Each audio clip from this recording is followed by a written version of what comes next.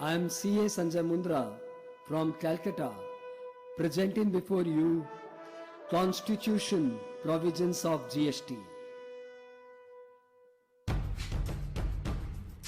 101 Amendment Constitution में article 246 ए लाया है। अल्कोहल को छोड़ दो, पेट्रोल को छोड़ दो, टोबैको में सब कुछ है, एंटरटेनमेंट छोड़ दो।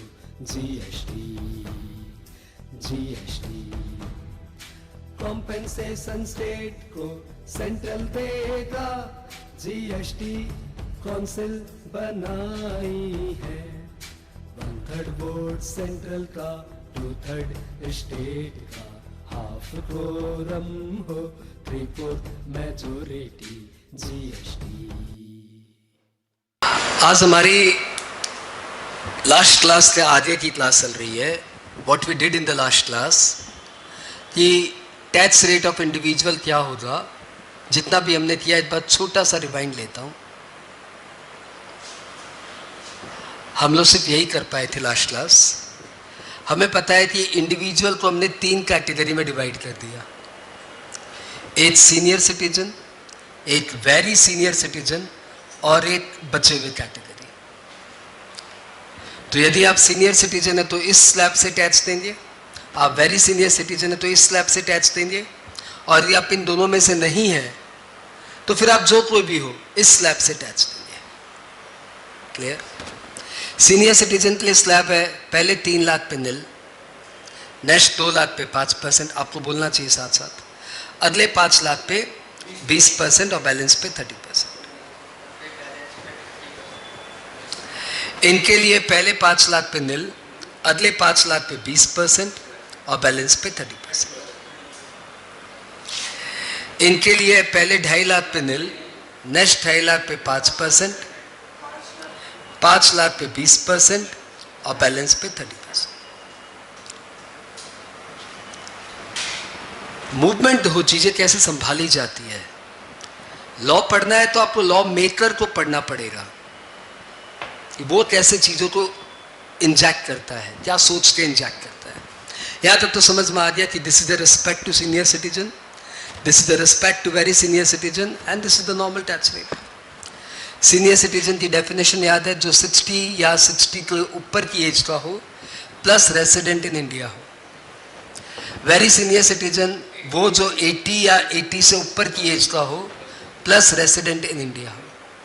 यहाँ पे कोई भी हो, चाहे रेसिडेंट हो या नॉन रेसिडेंट हो, सब इधर आ जाए, बच्चे सब इधर आ जाए, आदमी औरत सब इधर आ जाए।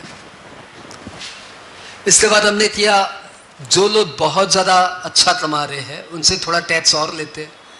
इसको बोलते हैं सुपर टैक्स, इसको बोलते हैं सरचार्ज, इसको बोलते हैं टैक्स ऑन टैक्स। ये बोल रहे हैं कि जिनकी इनकम 50 लाख तक है उन्हें तो कोई सरचार्ज नहीं देना, लेकिन जिनकी इनकम 50 लाख से ज़्यादा है उन्हें 10% सरचार्ज, जिनकी इनकम 1 करोड़ से ज़्यादा उन्हें 15% सरचार्ज, जिनकी इनकम 2 करोड़ से ज़्यादा उन्हें 25% सरचार्ज, और जिनकी इनकम 5 करोड़ से ज़्यादा उन्हें 37% सरचार्ज। इसके अलावा हर एक बंदे को हेल्थ एजुकेशन सेस देना पड़ेगा 4%। लास्ट क्लास हम लोग सिर्फ इतना ही किए। तो ये अंतर है क्लास में और घर पे पढ़ने में,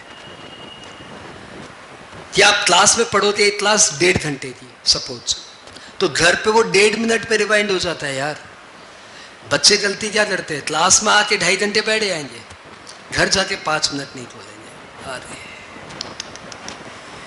समझे ना मेरी प्रॉब्लम, कि आप पूरे 2.5 घंटे तक इत्मीनान से, इज्जत के साथ, बहुत ही शिद्दत के साथ आपने पढ़ा, और घर जाके 5 मिनट नहीं पढ़ा, और वही तबाही होगी।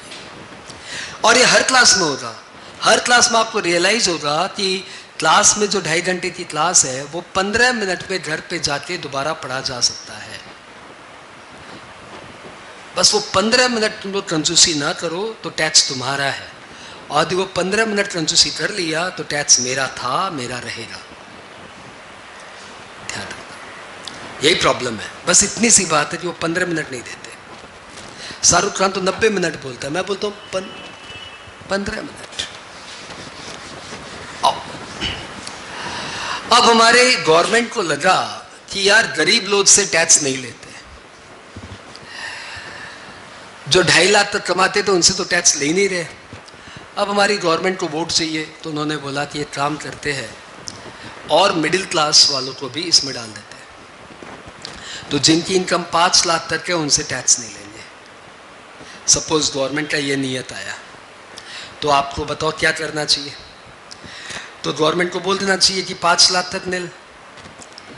5 लाख तक नील बोलने से क्या हो रहा है, मेरे जैसे लोग जो 5 लाख से ज़्यादा कमाते हैं उन्हें भी फायदा हो गया, 12,500 का फायदा हो गया। आप जैसे बोलेंगे 5 लाख पे नील, तो मेरे जैसे जितने लोग हैं जो 5 लाख से ज़्यादा कमाते हैं उन सबको फायदा हो गया। क्यों? क्योंकि जो पहले 2.5 लाख पे 5% 12,500 देना पड़ रहा था वो मेरा भी बच गया। लेकिन गवर्नमेंट मुझे बेनिफिट नहीं देना चाहती। गवर्नमेंट बोल रही सिर्फ गरीब लोग को फायदा होना चाहिए, ये पैसे वालों को फायदा नहीं होना चाहिए। ये सोच के गवर्नमेंट ने एक स्कीम निकाली, उसका नाम दिया रिबेट। Rebate section 87A।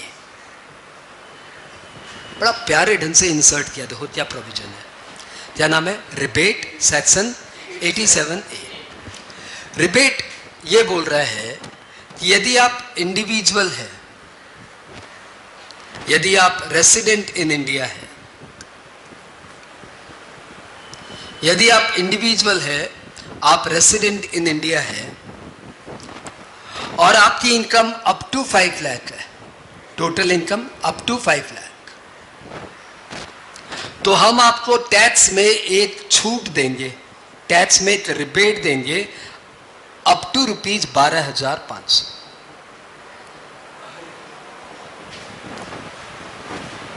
तो कितना सिंपल ढंग से एक बड़ी प्रॉब्लम को सॉल्व कर दिया गया। इसलिए मैं बोल रहा हूं, लॉ पढ़ना है ना, यदि आपको लॉ को प्यार करना है तो आपको सीखना पड़ेगा लॉ मेकर्स क्या क्या सोचते हैं, कितनी मेहनत करते हैं वो। देखो कितना सुंदर प्रोविजन लाया। वो रेसिडेंट इंडिविजुअल जिसकी इनकम 5 लाख तक है उन्हें टैक्स में से 12,500 की छूट। तो बताओ क्या मैं रिबेट के लिए एलिजिबल हूं? मैं रेसिडेंट इंडिविजुअल हूं, लेकिन मेरी टोटल इनकम 5 लाख से ज्यादा है, इसलिए I am not eligible for rebate. अब एक बंदे की पोजीशन देखो जिसकी इनकम 4 लाख है, टोटल इनकम 4 लाख है, mister x resident in India. उसका टैक्स निकलेगा पहले 2.5 लाख पे नील, अगले 1.5 लाख पे 5%, बोले तो 7,500 टैक्स आ गया 7,500।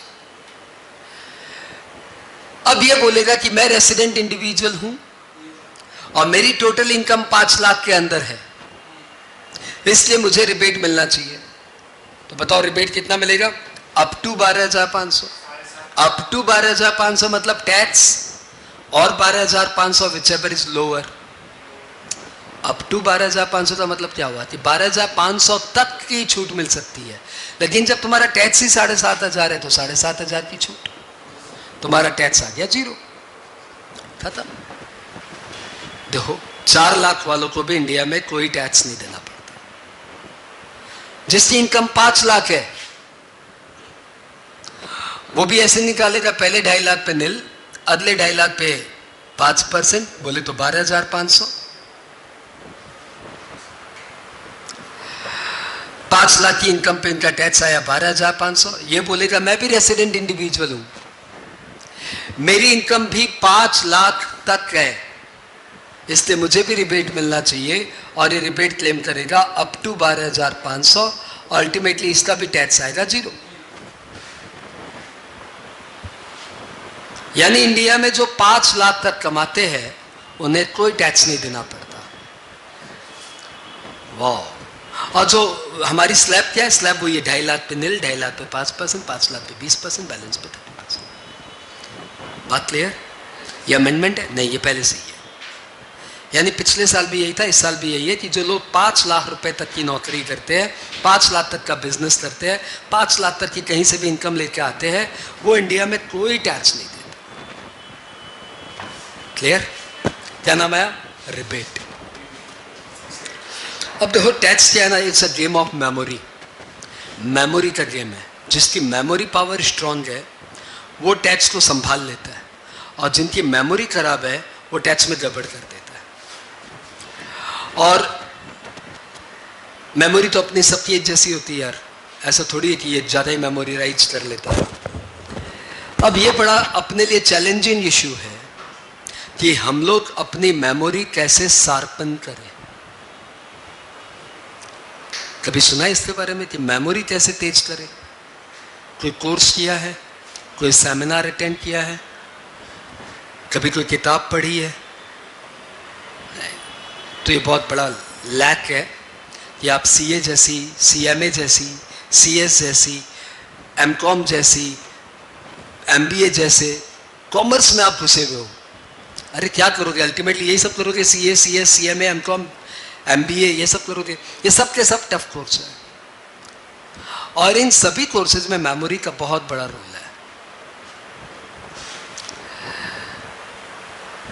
मेमोरी कैसे तेज हो? 2 मिनट इस पर बात करते हैं, सिर्फ 2 मिनट। पहली बात, आप ये अंदर कॉन्फिडेंस लाइए कि मेरी मेमोरी अच्छी है। सबसे पहली बात, भूल से भी मत बोलिए मेरे को याद नहीं रहता। तुमने आमिर खान की वो पिक्चर देखी ऑल इज वेल? उसमें पहले क्या बोला डायलॉग? ये मन जो है ना, ये बड़ा भोला है, इसको बोल दो ऑल इज वेल तो ये मान जाता है all is well. And that's true. आप मन को बोलेंगे ना बार बार, अरे मेरा मेमोरी खराब है, मेरा मेमोरी खराब है, वो मान जाएगा, हाँ रे मेरा मेमोरी खराब है। और आप उसको बोलेंगे बॉस अपना मेमोरी मस्त है, तो भूला है, मान जाएगा अपना मेमोरी मस्त है। तो सबसे पहली बात, आप कभी ये मत मानिए कि आपकी मेमोरी खराब है। यदि मैं टेक्स्ट में कोई प्रोविजन भूल जाऊं, मुझे याद नहीं रहा, मैंने रॉन्ग बोल दिया, कोई बात नहीं, लेकिन मैं अपने आप को ये ट्रेनिंग कभी नहीं दूंगा कि आजकल मुझे याद नहीं रहता या मुझे वापस से पढ़ना पड़ेगा। मेरी मेमोरी अभी भी दुनिया की सर्वश्रेष्ठ मेमोरीज में से एक है। पहली बात, यह आपको हमेशा अपने आप को बुस्ट देते रहना पड़ेगा, झूठा ही सही परंतु देना पड़ेगा, पहली बात। दूसरी बात, जो लोग सुमड़े रहते हैं उनकी मेमोरी खराब हो जाती है। सुमड़ा समझता है? उदास, हंसता ही नहीं है, स्माइल ही नहीं करता, क्योंकि सब जानते हैं स्माइल से ब्रेन का कनेक्शन है। तो जो लोग सुमड़े रहते हैं वो भूलेंगे। तो तुम लोग उस एज में हो ही नहीं कि तुम लोग सुमड़े रहो, तुम लोग ऐसे भी मस्त रहते हो, तो that's okay, that you have overcome. तीसरा, मेमोरी के लिए कुछ वर्कआउट करना चाहिए। फोकट में कोई चीज़ नहीं मिलती। वर्कआउट मतलब सब जिम नहीं नहीं नहीं नहीं, योगा नहीं नहीं नहीं नहीं, मेडिटेशन नो नो, कर तो अच्छी बात है बट ओके। मेमोरी के मतलब चीज़ हो तो याद रखने के लिए कुछ ट्रिक्स अप्लाई करनी पड़ती है और कई बार वो ट्रिक्स आपके काम आ जाती है।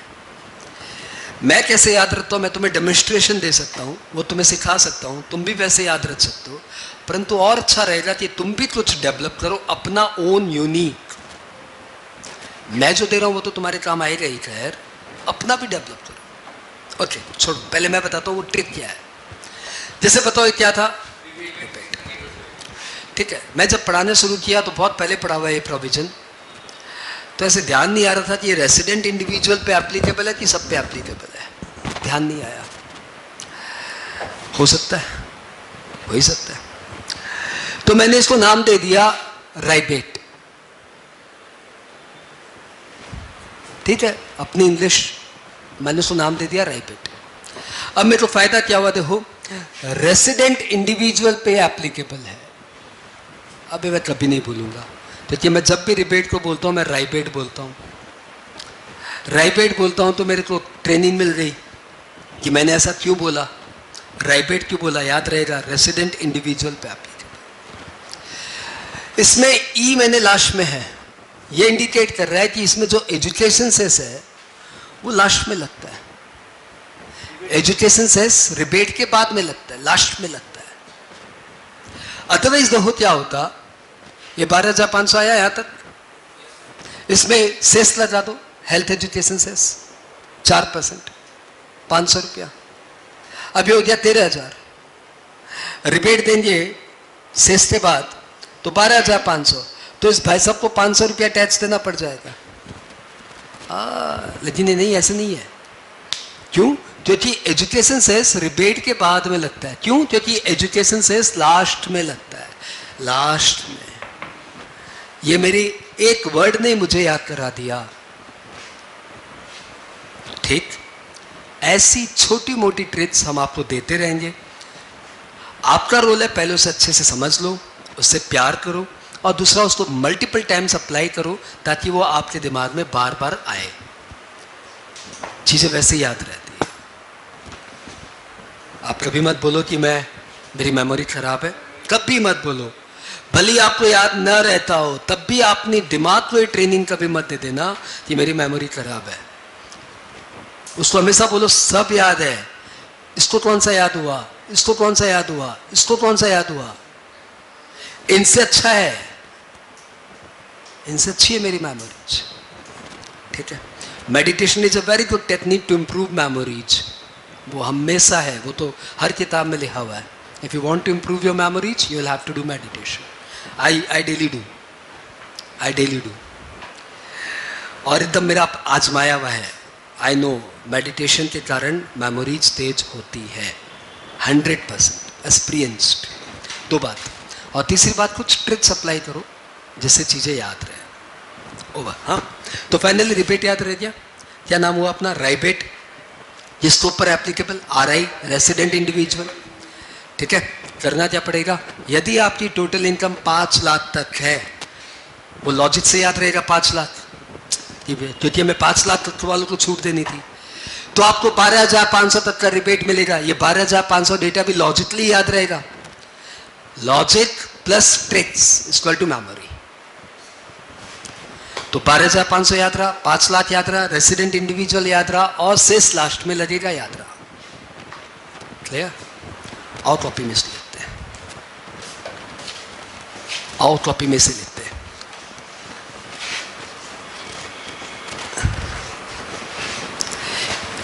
कुछ बच्चों के दिमाग में आ रहा होगा सर सेक्शन याद करना है क्या? इसके ऊपर मैं एक दिन और चर्चा करूंगा, आज नहीं। ठीक है, आज आप एक बार लिख लो, याद करना है कि नहीं करना है, इसके ऊपर अपने 2 मिनट बाद में बात, मतलब 1 क्लास बाद में बात करेंगे। आज अपने मेमोरी के ऊपर बात कर चुके हैं।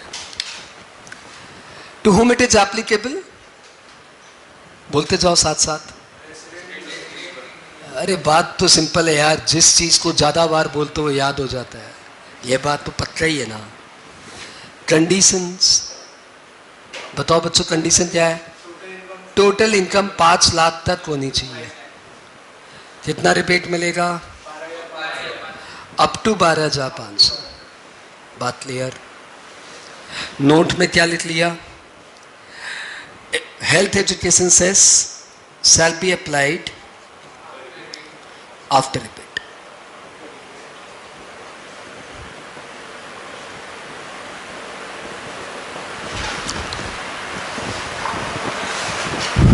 बिंदास कॉपी मारो। रिबेट तो टैक्स पे, सेस तो टैक्स पे लगता है ना, तो 5 लाख वर्ड कहाँ से आ गया? 12,500 था, 5 लाख तो इनकम थी।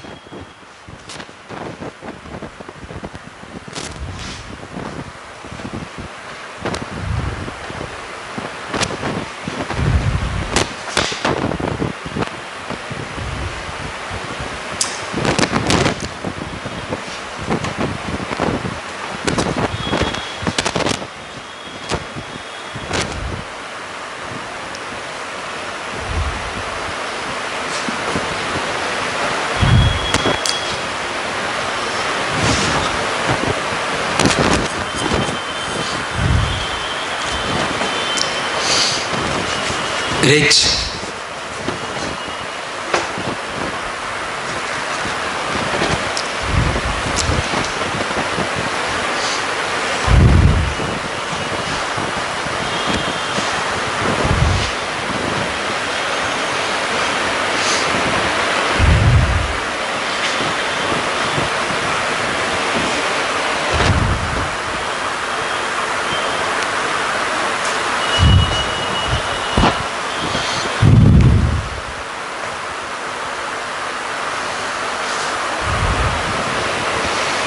ओके, इरेज मारते हैं। एक दो छोटे छोटे प्रोविजन और सुनो। प्रोविजन का नाम है rounding off. Section 288A and 288B। Section याद करना है कि नहीं करना, उसके ऊपर अपने बात नहीं कर रहे हैं, उसके ऊपर अपने नेक्स्ट क्लास बात करेंगे अलग से 10 minute. Section 288A deals with rounding off income.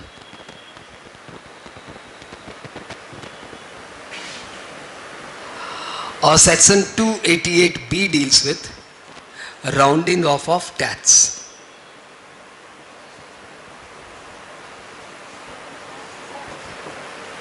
Okay, यहां से स्टार्ट करते हैं। यह सेक्शन बोल रहा है कि आप गवर्नमेंट को जब टैक्स देने जाओ तो यार खुदरे का प्रॉब्लम रहता है। वैसे आजकल तो सारा ई पेमेंट होता है, लेकिन जमाने पहले की बात करें तो खुदरे की प्रॉब्लम रहती है। तो गवर्नमेंट ने बोला कि जब भी आप टैक्स निकालो तो यदि 5 रुपए या उससे ऊपर का टैक्स हो रहा है तो आप उसे 10 में राउंडेड ऑफ कर दो।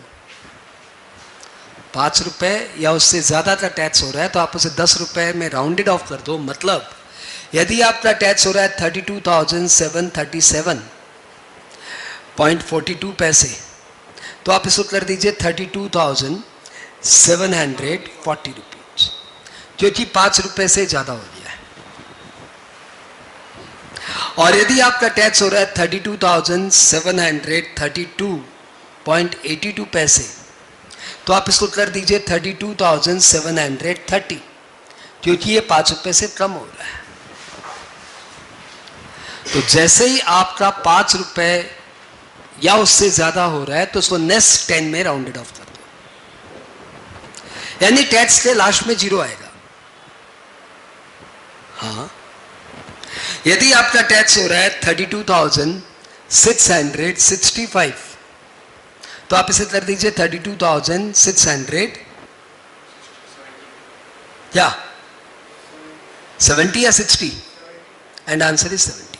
5 रुपए या उससे ज्यादा होने पे आप उसको नेक्स्ट 10 में राउंडेड ऑफ कर दो, ठीक है, पक्का। Same with the income. Income भी यदि आपकी सपोज हो रही है 9,28,638, तो आप इसको लिख दीजिए 9,28,640। इनकम यदि आपकी हो रही है 9,28,632, तो आप इसको कर दीजिए 30। इनकम भी यदि आपकी हो रही है 9,28,635, तो आप इसे कर दीजिए 40। बात क्लियर? ओके, अब अपने इसको 8 सेंटेंस में लिख सकते हैं।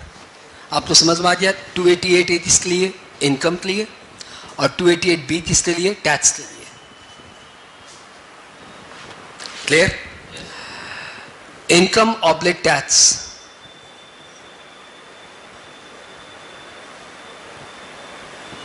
Income oblique tax payable, both shall be rounded off. लिखते जाइए साथ साथ। Both shall be rounded off to the nearest multiple of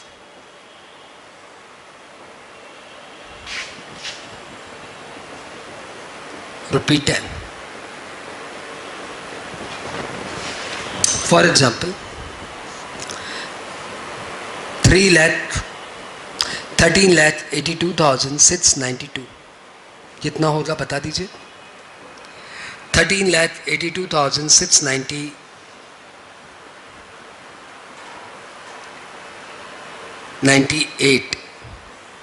13,82,695 कितना होगा? आंसर लिख लीजिए। 13,82,690, 13,82,700, सही ना?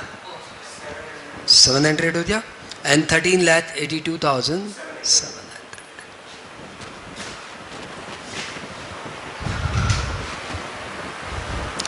तो आपने एक और छोटा सा प्रोविजन सीख लिया, राउंडिंग ऑफ। जब आप जीएसटी पढ़ेंगे तो आपको मालूम पड़ेगा कि ये जीएसटी में 1 रुपए में राउंडेड ऑफ होता है, इनकम टैक्स में 10 रुपए में राउंडेड ऑफ होता है। ठीक है,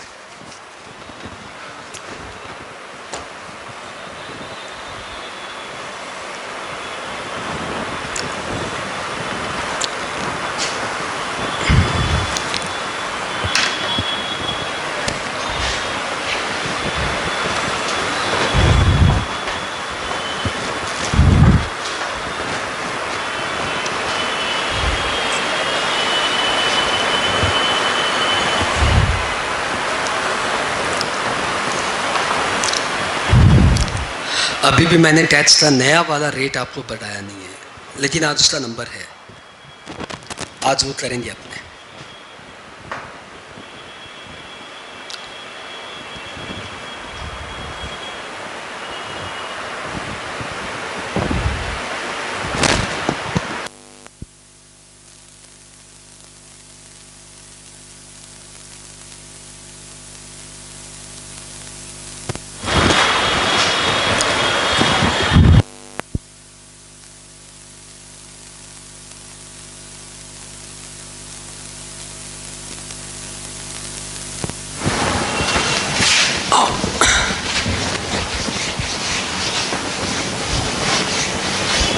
हो गया? ओके, तो मैं कुछ नया बताता हूं, उसके बाद हम लोग आएंगे न्यू रेट ऑफ टैक्स में। पहले मैं तुम्हें कुछ नया बताता हूं। आपने कर लिया टैक्स रेट ऑफ इंडिविजुअल, अभी हम लोग करने जा रहे हैं tax rate of HUF, Hindu undivided family. Stands for Hindu undivided family. Okay, सब साथ में। What is the provision? पहले आप मुझे बताओ, हिंदू अनडिवाइडेड फैमिली से आप क्या समझते हो? इकट्ठा परिवार, रजिस्टर्ड होता है, फैमिली बिजनेस जो रजिस्टर्ड होता है,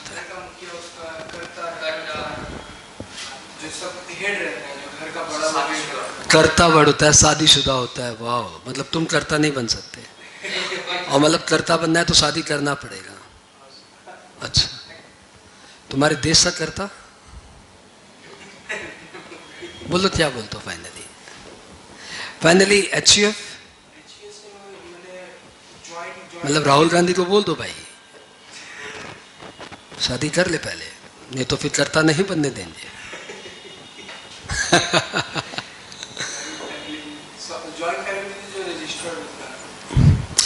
ओके, मैं आपको एक छोटा सा एग्जांपल देता हूं, आप मुझे बताना वो HUF है या नहीं है। बहुत सिंपल भाई, होता क्या है ना, बच्चों के साथ या अपने साथ ऐसे होता है, चीज क्या है पता है परंतु बोल नहीं पा रहे हैं। HUF क्या होता है पता है, बोल नहीं पा रहे हैं, कोई बात नहीं, चलेगा। कौन पूछ रहा है व्हाट इज HUF? अच्छा, ये तो बताओ कि पता है कि ये HUF है कि नहीं है। लेट्स सी, नाम बताओ सज्जन। हमारे यहाँ एक सज्जन है जिसका नाम है हिमांशु, बड़ा ही खतरनाक नाम है, इसके ऊपर एक सीरियल बना था खिचड़ी, हिमांशु प्रसाद। ओके, ठीक है। ये सज्जन, अभी इनकी उम्र होगी कोई, एक बार मन से लेता हूँ, 22 साल की उम्र होगी, और 22 साल के सज्जन है। फैमिली में इनके पापा जी है, पापा जी के लिए अपने फादर जी नाम लिख देते हैं। हिंदू अनडिवाइडेड फैमिली तो बाऊ जी नाम लिख देते हैं। ओके, बड़े भाई साहब है, उनका नाम बिग ब्रो कर देते हैं। बड़े भाई साहब की वाइफ है, भाभी नाम रख देते हैं। माँ है, और हमारा हिमांशु है।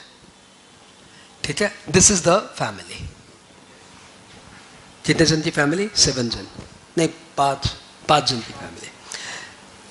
इनका अपना एक बिजनेस है, कपड़े का business, cloth merchant.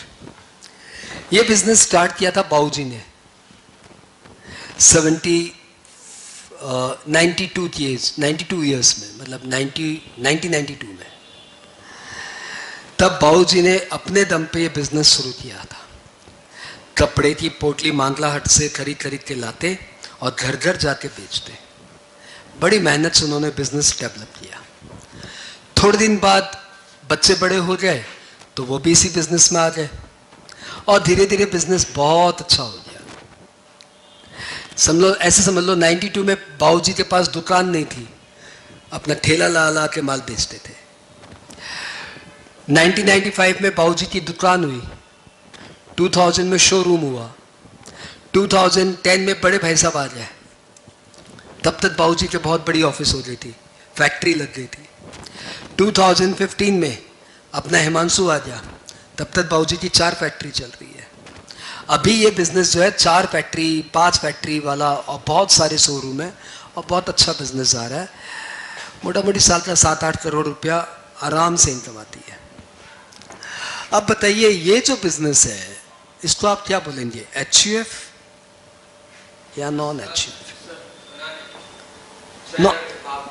Non HUF, you said non HUF। हाँ, बाबूजी हेड है। अब वो तो आप दोनों भाइयों के ऊपर, आप किसको हेड मानते हो? HUF है ना, बाबूजी हेड है। हाँ HUF है। ये दोनों बोल रहे HUF, ये बोल रहे नॉन HUF है। क्यों सज्जन नॉन HUF क्यों है? वो आप बोलना चाह रहे हो HUF बोलते एक रजिस्ट्री करानी पड़ती है।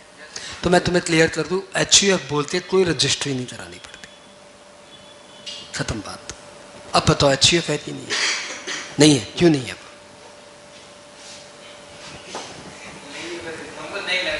नहीं लग रहा है, मतलब कोई रीजन के कारण नहीं लग रहा होगा ना।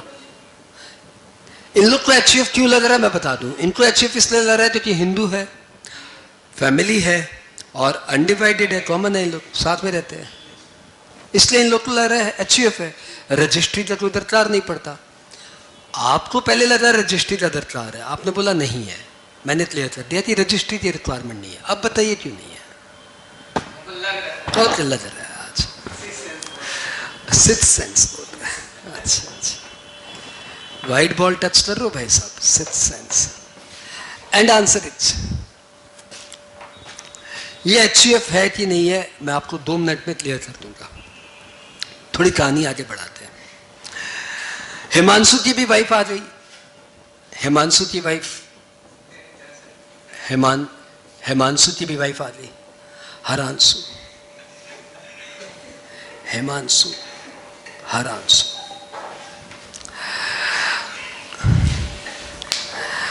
तो हिमांशु की वाइफ आ गई, हरांशु भी आ गई, and now there are 6 persons. ठीक है, साथ में रह रहे। आज 2021 में हिमांशु ऑफिस से जल्दी घर आ गया, 5 बजे जल्दी घर आ गया। पापा तो बोला नहीं घर जा रहा हूं, बहुत काम है, बहुत काम है, दौड़ के आ गया। और घर आते वाइफ को बोला चाय बना, और खुद सोफे पे बैठ के लैपटॉप लेके लग गया काम पे। दड़ा पता नहीं क्या एक्सेल में काम किए जा रहा है, बनाया जा रहा है, कुछ चार्ट बना रहा है, कुछ टेबल बना रहा है। 8 बजे पापा और भाई भी आ गए। आते ही पापा और भाई को बोला कि बैठो बैठो। बोला क्या हुआ? बोला बैठो काम है। बैठ गए सब जन। बैठने के बाद बोलता है कि अपने पास टोटल आज की डेट में 60 करोड़ रुपए है। तो पापा ने बोला पता है। बोला नहीं एग्जैक्टली 60 करोड़ रुपए है। बोला बहुत अच्छी बात। भाई ने बोला हाँ अच्छी बात, ठीक है। तो बोला एक काम करते हैं, फैमिली का पार्टीशन करते हैं, मेरे को मेरा 20 करोड़ दीजिए, मैं अपना अलग हो जाऊंगा। मेरी वाइफ का आपकी वाइफ से पटरी नहीं खाता, बाप को बोल रहा है, मेरी वाइफ का आपकी वाइफ से पटरी नहीं खाता, तो मेरे को मेरा 20 करोड़ दीजिए, हम अपना जा रहा है। अब यदि आप ये बोलते हो HUF है तो हिमांशु को मिलना चाहिए 20 करोड़, क्योंकि HUF का एक फीचर है कि उसके जितने भी मेंबर्स होते हैं सबका प्रॉपर्टीज पे इक्वल राइट होता है। तो 6 में से 2 जा रहे हैं, 1/3 जा रहे हैं, तो 1/3 पैसा ले जाओ। और यदि आप बोलते हो ये HUF नहीं है तो हिमांशु को एक थप्पड़ मिलेगा झन्नाटेदार, 2.5 किलो का थप्पड़। अब आप बताओ इसको 2.5 किलो का थप्पड़ मिलेगा कि 20 लाख रुपए मिलेगा, 20 करोड़ रुपए मिलेंगे। 20 करोड़ मिल रहा, 20 करोड़, तुम तो बोलेगा ही 20 करोड़ ही मिलेगा। कि भाई अब तुम्हारा इंट्यूशन काम नहीं किया? एंड आंसर इज हिमांशु को मिलेगा झन्नाटेदार थप्पड़, थप्पड़, थप्पड़ 2.5 किलो का। क्यों? क्योंकि एचयूएफ नहीं है। यानी आपका जो वर्षों पुराना कॉन्सेप्ट था कि एचयूएफ मतलब joint business, joint family business, वो ऐसा कुछ नहीं है। ये एचयूएफ नहीं है।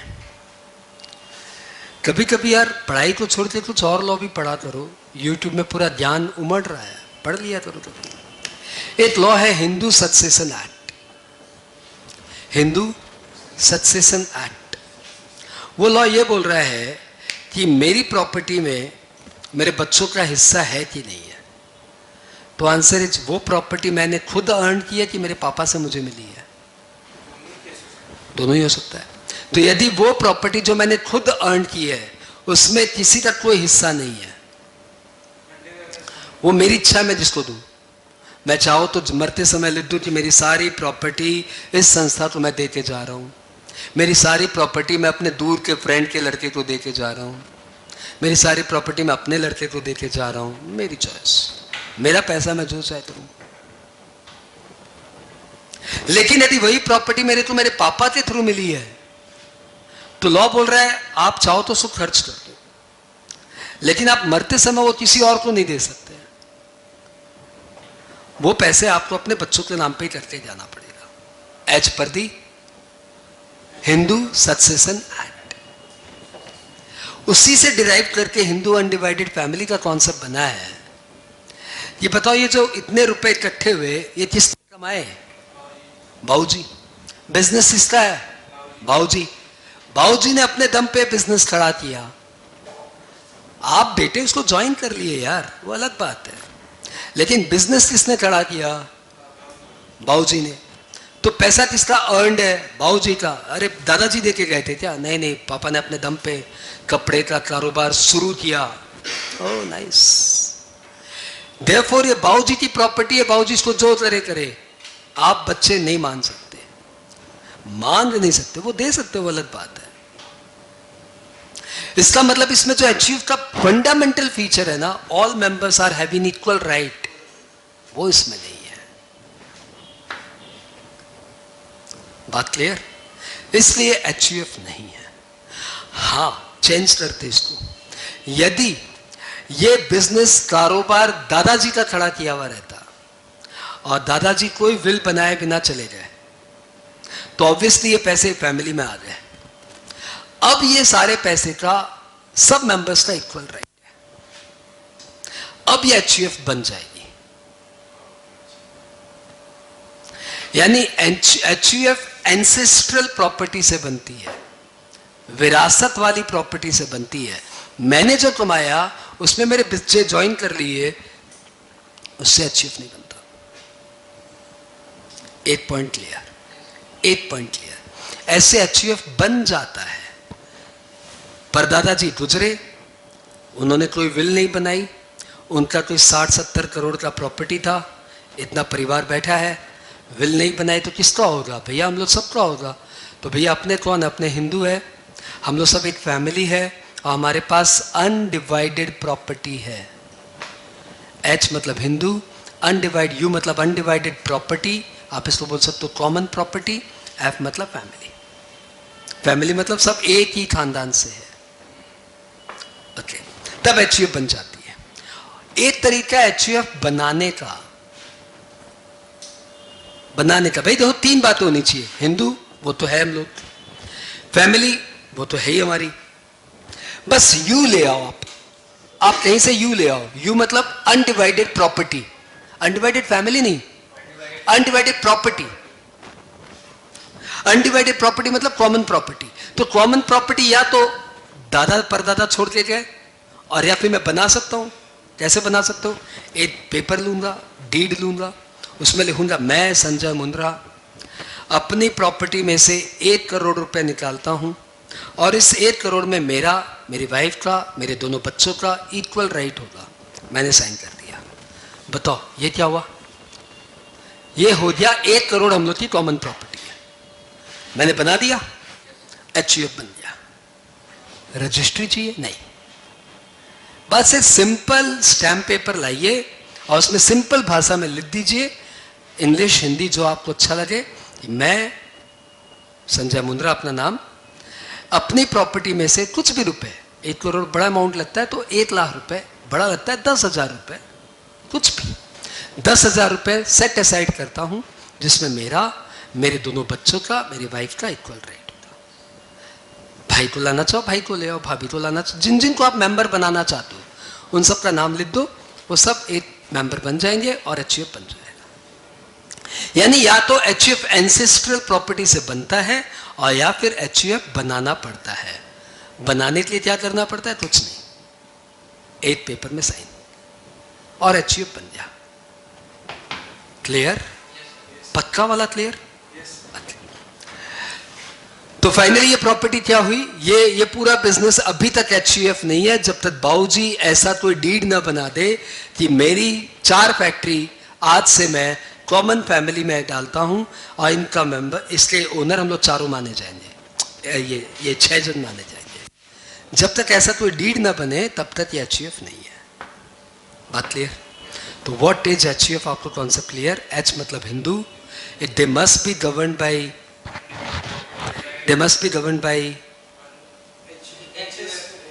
ओके, कोई बात नहीं।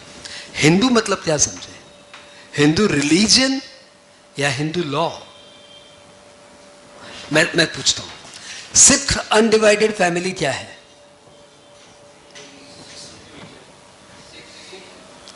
हिंदू अनडिवाइडेड फैमिली है कि नहीं है? ये बोल रहा है। जैन अनडिवाइडेड फैमिली क्या है? हिंदू अनडिवाइडेड फैमिली है कि नहीं है? यहूदी अनडिवाइडेड फैमिली क्या है? हिंदू अनडिवाइडेड फैमिली है कि नहीं है? यहूदी नाम तो सुना होगा, ओके, इट्स कास्ट। हाँ, मुस्लिम अनडिवाइडेड फैमिली क्या है? ये हिंदू अनडिवाइडेड फैमिली है कि नहीं है? तो इंडिया तो कंट्री ऑफ रिलीजन्स है यार, यहाँ पे तो बहुत तरह तरह के रिलीजन्स है। तो बताओ क्या ये सारे रिलीजन्स हिंदू अनडिवाइडेड फैमिली में आएंगे कि नहीं आएंगे? सिख जैन हिंदू में आते हैं, यहूदी नहीं आते, क्रिश्चियन नहीं आते, और एक है वो गोवा वाले, क्या नाम उनका? हाँ, पारसी आते हैं क्या? मुस्लिम तो नहीं आते। वो तो तुम्हारी पॉलिटिक्स तुमने सिखाई है कि मुस्लिम अलग है हिंदू अलग है। रियल में ओके। हमने तो बहुत सुना बचपन में, हिंदू मुस्लिम सिख ईसाई आपस में है भाई भाई, ओके। परंतु भाई आपने भी एक नाम सुना होगा, यूनिफॉर्म सिविल कोड। आया नहीं है, बातें चल रही लाने की, ये अभी बातें चल रही लाने की, लेकिन इसके ऊपर वर्कआउट बहुत दिनों से हो रहा है कि पूरी कंट्री का एक जैसा हो। ये बातें ये लोग आज़ादी के पहले से कर रहे थे कि हम लोग को लाना है, मतलब 100 साल से ऊपर हो जाए कि कंट्री में एक जैसा लॉ होना चाहिए। तो उन दिनों में, मतलब अराउंड 40-50 साल पहले, इन्होंने बोला एक काम करो, हिंदू में जो इतने सारे हैं ना, इनको तो एक करो, इनको तो एक करो। हिंदू में भी तो अपने कितने हैं, तुम बिहारी, तुम राजपूत, हम लोग मारवाड़ी, और उधर वो लोग ब्राह्मण, और क्या क्या है, कास्ट हमारे में कम है क्या? तो इन लोग को एक करने के लिए इन्होंने बना दिया हिंदू एक्ट।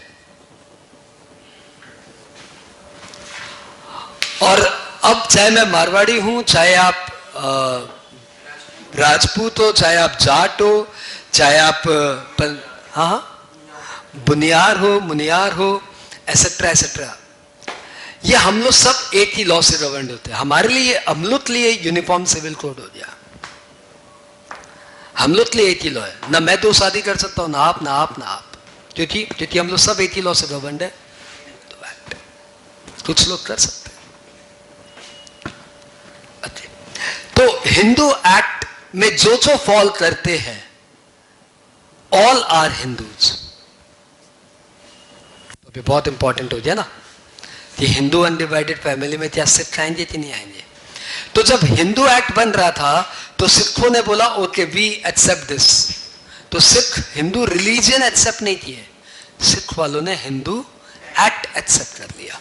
वैसे ही जैन वालों ने एक्सेप्ट कर लिया। तो जैन रिलीजन अलग है, उनका धर्म अलग है, उनके भगवान अलग है, उनका प्रोसीजर अलग है, उनका राइचुअल अलग है, लेकिन they also govern by Hindu act. Muslim obviously accept नहीं किए, यहूदी एक्सेप्ट नहीं किए, पारसी एक्सेप्ट नहीं किए, क्रिश्चियन एक्सेप्ट नहीं किए। तो they are not governed by Hindu law. तो व्हेन वी से एच मतलब हिंदू रिलीजन नहीं, they must be governed by Hindu law.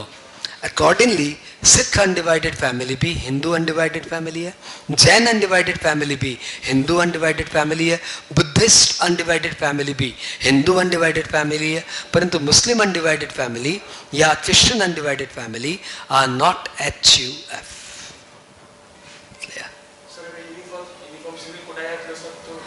आएगा तब बात करेंगे यार, अभी हम लोग तो क्या बताए, काहे सपने देखते हो भाई, आएगा तब बात कर लेंगे।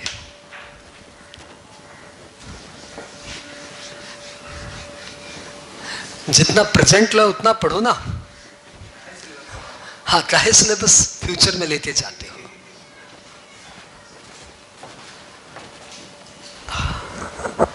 तो फाइनली क्या हुआ, हमें मालूम पड़ गया हिंदू अनडिवाइडेड फैमिली कॉन्सेप्ट क्या है, हमें मालूम है Sikh undivided family, Buddhist undivided family, Jain undivided family, all are HUF। HUF में 3 वर्ड है, तीनों का बहुत इंपॉर्टेंस है। दे must be governed by Hindu law, they must B common property and they must be the member of same family. ये भी हिंदू है, मैं भी हिंदू हूँ, लेकिन हम लोग दोनों HUF नहीं बना सकते because we are not belonging to same family. मैं और मेरा भाई मिलकर HUF बना सकते हैं, परंतु मैं और आप मिलकर HUF नहीं बना सकते। भले हम लोग भाई जैसे रहते हो, परंतु नहीं बना सकते। बात क्लियर? हटाओ हटाओ। अब क्वेश्चन आ रहा है कि व्हाट इज HUF, क्लियर। अब अपने बात कर रहे हैं टैक्स रेट ऑफ HUF क्या होगी। तो answer is same as individual. 2.5 lakh पे 0, 2.5 लाख पे 5%, 5 लाख पे 20%, बैलेंस पे 30। तो HUF का भी टैक्स रेट क्या हो गया, सेम एज इंडिविजुअल। 2.5 लाख पे 0, 2.5 लाख पे 5%, 5 लाख पे 20%, बैलेंस पे 30। लेकिन इसमें वो सीनियर सिटीजन वाला कॉन्सेप्ट नहीं है। तो HUF का कर्ता यदि 60 साल से ऊपर का भी हो तब भी यही स्लैब लगेगी। HUF का कर्ता 80 साल से ऊपर भी हो तब भी यही स्लैब लगेगी। बात क्लियर? सर इस पे सरचार्ज लगता है? Yes, same as individual, same as individual. More than 50 lakh हो तो 10%, मोर देन 100 लाख हो तो 15%, मोर देन 200 लाख हो तो 25%, मोर देन 500 लाख हो तो 37%। सर इस पे भी हेल्थ एजुकेशन सेस लगेगा? यस। सर इस पे रिबेट मिलेगा? नहीं, रिबेट का नाम है राइबेट। राइबेट मतलब रेसिडेंट इंडिविजुअल, वो सिर्फ रेसिडेंट इंडिविजुअल पे लगता है, HUF पे नहीं लगता। राइबेट क्लियर? तो आपने बीच में पूछा सेम एज इंडिविजुअल, तो मैंने बोल दिया नहीं, राइबेट नहीं लगता इस पे। मजा आया? तो दिस इज HUF, इसे आप नोट कर लीजिए। टैक्स रेट ऑफ HUF मैं डिक्टेट करता हूं। पहले have the title HUF, have the title HUF. It must have 3 feature. It must have 3 feature. Number 1. Yeah. Number 1. It must be governed by Hindu law. H को underline कर दीजिए. It must be governed by Hindu law.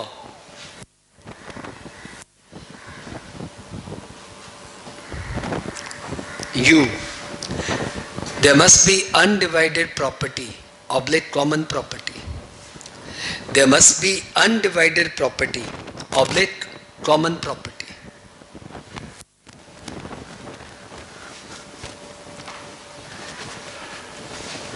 F. Member must belong to same family. Member must belong to same family. Members must belong to same family. ठीक है, नीचे note, Sikh undivided family, Jain undivided family, Buddhist undivided family are HUF. Sikh, Jain, Buddhist undivided family are HUF. अरे हमारे हिंदू में बहुत है भाई, आर्य समाज, वो समाज, कुछ भी समाज हो भाई, सब हिंदू लॉ है. ठीक है. Muslim undivided family are not HUF, but treated as individual. Muslim undivided family are not HUF, but treated as individual.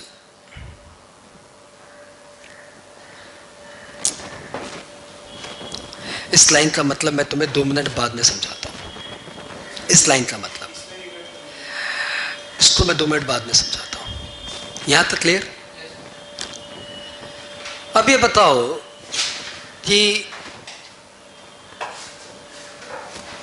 मेरी इनकम, मेरी प्रॉपर्टी है और मेरे बीवी बच्चों से तो मेरी पटरी खाती होगी यार, वेरी होपफुली 99% खाती होगी. तो फिर मैं एक HUF क्यों बनाऊं? इंप्लाइड है ना कि मेरी प्रॉपर्टी में मेरे बीवी बच्चों का बराबर का हक है. अब प्रसाद जी जो इनके पापा जी है, भले इन्होंने नहीं बनाया, परंतु ठीक है ना, साथ में रहते हैं सब जन, इंप्लाइड है. आप और आपके पापा ने थोड़ी लिखा है कि मेरे प्रॉपर्टी में मेरे बच्चों का इक्वल राइट है. इनके पापा ने थोड़ी लिखा, मेरे पापा ने थोड़ी लिखा, इनके पापा ने थोड़ी लिखा. वो हम लोग का आपस का अंडरस्टैंडिंग ही है, कोई प्रॉब्लम नहीं है. हर बात लिखने की थोड़ी होती है. तो फिर बताओ, जब अंडरस्टैंडिंग है तो फिर लिख के HUF बनाने का क्या फायदा? Why this concept? लोग HUF क्यों बनाते हैं, क्यों लिखते हैं, दरकार क्या है? इंप्लाइड है यार. या तो आपस में प्रेम है और या फिर आपस में प्रेम नहीं है, 2 बातें. यदि आपस में प्रेम है तो लिखने की क्या दरकार है, और आपस में प्रेम नहीं है तो क्यों लिखूं? मेरी प्रॉपर्टी में मेरा तेरा इक्वल राइट है, क्यों लिखूं भाई? तेरा मेरा प्रेम है क्या जो? यानी दोनों ही केस में लिखने की आवश्यकता नहीं है. तो फिर लोग HUF क्यों बनाते हैं? एंड आंसर इज, लोग HUF सिर्फ एंड सिर्फ टैक्स बचाने के लिए बनाते हैं. मैं बताता हूं कैसे. अपना 2 बिजनेस है, सपोज. हाँ, सपोज 2 बिजनेस है, एकदम सिंपल सी बात लेते हैं. अपना 2 बिजनेस है. एक बिजनेस अपना ट्यूशन का, मैं हूं संजय मुंद्रा, और मेरा 2 बिजनेस है. एक बिजनेस है ट्यूशन का और एक बिजनेस है किताबों का. से इसकी अपनी एक छोटी सी दुकान है और इसमें अपना एक छोटा सा सेंटर है. यहां से इनकम आ जाती है सपोज 40 लाख रुपए. यहां से इनकम आ जाती है सपोज 40 लाख रुपए. दोनों मिला के, बिजनेस तो मेरे ही है दोनों, तो दोनों मिला के मेरी इनकम हो गई 80 लाख रुपए. हाँ, अब मेरे को कितना टैक्स देना पड़ेगा? 80 लाख पे टैक्स निकालना आपको आता है. 2.5 लाख पे निल, 2.5 लाख पे 5%, 5 लाख पे 20%, और बचे हुए 70 लाख पे 30%. 22 लाख 12,500. सरचार्ज लगेगा क्या बच्चों? 10%. 221250. टोटल बताना. एंड हेल्थ एजुकेशन सेस लगेगा. कोई बात नहीं, मैं तुम्हारा सुना नहीं, मैं अपने आप ने कहा. बोलो कितना? 4% कितना? अरे 97 समथिंग बोलो ना. 4%, 97 समथिंग कितना? 97350. इतना मेरे को टैक्स देना पड़ेगा. अप्रोक्सीमेटली हो गया 25 लाख. इतना मुझे टैक्स देना पड़ेगा. मेरे को लग रहा कि कोई टैक्स बचाने का स्कीम हो तो बताओ। तो मैं एक टैक्स के कंसल्टेंट के पास गया, बोला मुंद्रा जी टैक्स बचाने का मेरे पास एक वंडरफुल स्कीम है। मैंने बोला बताइए। बोला आपकी बीवी के साथ पटरी कैसे खाती है? मैंने बोला बहुत अच्छी। बोला बच्चे आपके कहे में है? मैंने बोला हाँ। बोला आप एक HUF बना लीजिए। बोला अच्छा फिर? बोला दुकान HUF के नाम पे कर दीजिए। मैंने बोला कर देता हूँ। बोला मेरा नुकसान क्या है? बोला कोई भी बच्चा बाद में बोल सकता है मेरा इसमें इक्वल राइट है। बोला ये थप्पड़ मारूंगा, चल कोई बात नहीं, मेरे बच्चे मेरे से बगावत नहीं करेंगे। हाँ, और मैंने क्या कर दिया, एक HUF बना दिया। तो आज हो गया 2 SSC, Sanjay Mundra and Sanjay Mundra HUF। दुकान संजय मुंद्रा में चली गई, सॉरी दुकान संजय मुंद्रा HUF में चला गया और कोचिंग सेंटर संजय मुंद्रा में आ गया। इनकम टैक्स की नजर में 2 SSC हो गए। हाँ, इंडिविजुअल अलग है, HUF अलग है। अब बताओ टैक्स कितना देना पड़ेगा? 40 लाख पे टैक्स, 2.5 लाख पे निल, 2.5 लाख पे निल, सॉरी 5%, यहां पे भी सेम ही आएगा। और 5 लाख पे 20%, 1 लाख, यहां पे भी 1 लाख। HUF का भी तो सेम टैक्स रेट है। और बचे हुए 30 लाख पे 30%, 9 लाख। यहां पे कितना? 9 लाख। टैक्स कितना आया? 10,12,500। बताओ सरचार्ज लगेगा क्या? क्यों? क्योंकि इनकम 50 लाख के अंदर है, संजय मुंद्रा थी भी और संजय मुंद्रा HUF थी भी।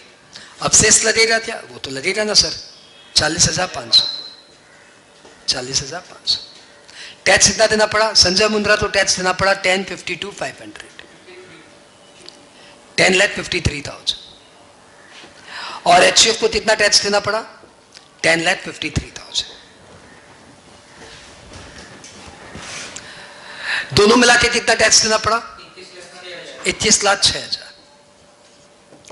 और ऐसे में कितना टैक्स दे रहा था? ऐसे में कितना टैक्स दे रहा था? 25,31,000। ऐसे कितना दे रहा हूं? 21,06,000। 4 लाख रुपए बच गए यार। करना क्या पड़ा? एक पेपर में हल्का सा साइन करना पड़ा कि मैं अपनी प्रॉपर्टी में से अपनी दुकान फैमिली हॉटस्पॉट में डालता हूं। कुछ नहीं करना पड़ा, वेरी सिंपल टैक्स प्लानिंग, और टैक्स बच गया। हाँ, अरे हाँ हाँ, इस तरीके से HUF बना बना के हम लोग अपने टैक्स बचा लेते हैं। That's a device to save tax. मजा आया? Concept clear? क्या होता है, क्यों होता है और क्या करते हैं? एग्जाम में क्या पूछे? क्या करते हैं? 2.5 लाख पैनल, ठीक है बस चलो पास। रियल लाइफ में सब काम का है। तो आज यदि आपके घर में इनकम ज्यादा है तो पापा से जाके पूछ लो, पापा जी HUF है क्या अपनी? नहीं तो लाओ मैं बना देता हूं।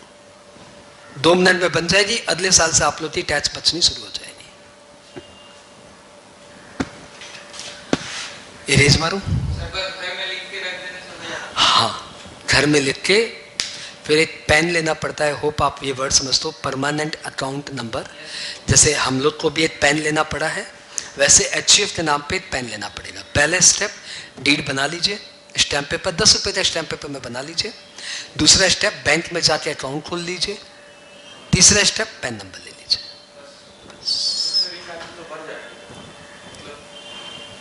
कौन बंद जाएगा? संजय मुंद्रा भी काम कर रहा है, HUF भी काम कर रहा है ना? दोनों तुम्हारे सामने तो है।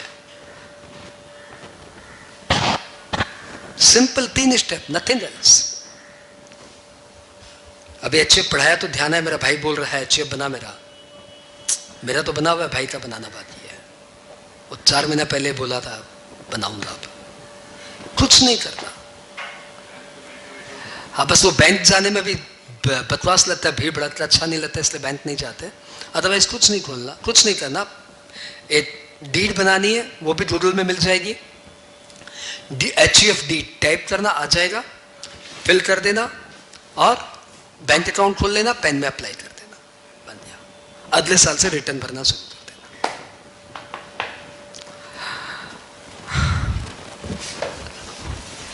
सर तो माइनस है? कोई माइनस नहीं है। माइनस वही है जब फैमिली टूटेगी, तब माइनस होगा। तब तो बहुत माइनस होंगे। एक और सही।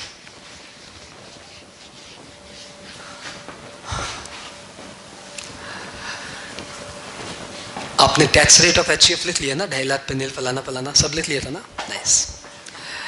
तो आज आपको मालूम पड़ गया tax rate of individual, tax rate of HUF, surcharge, rebate, health education cess, rounding off, इतने सारे प्रोविजन क्लियर है। यहां से हम लोग चल रहे हैं इस साल जो नया टैक्स रेट आया वहां पे। ठीक है,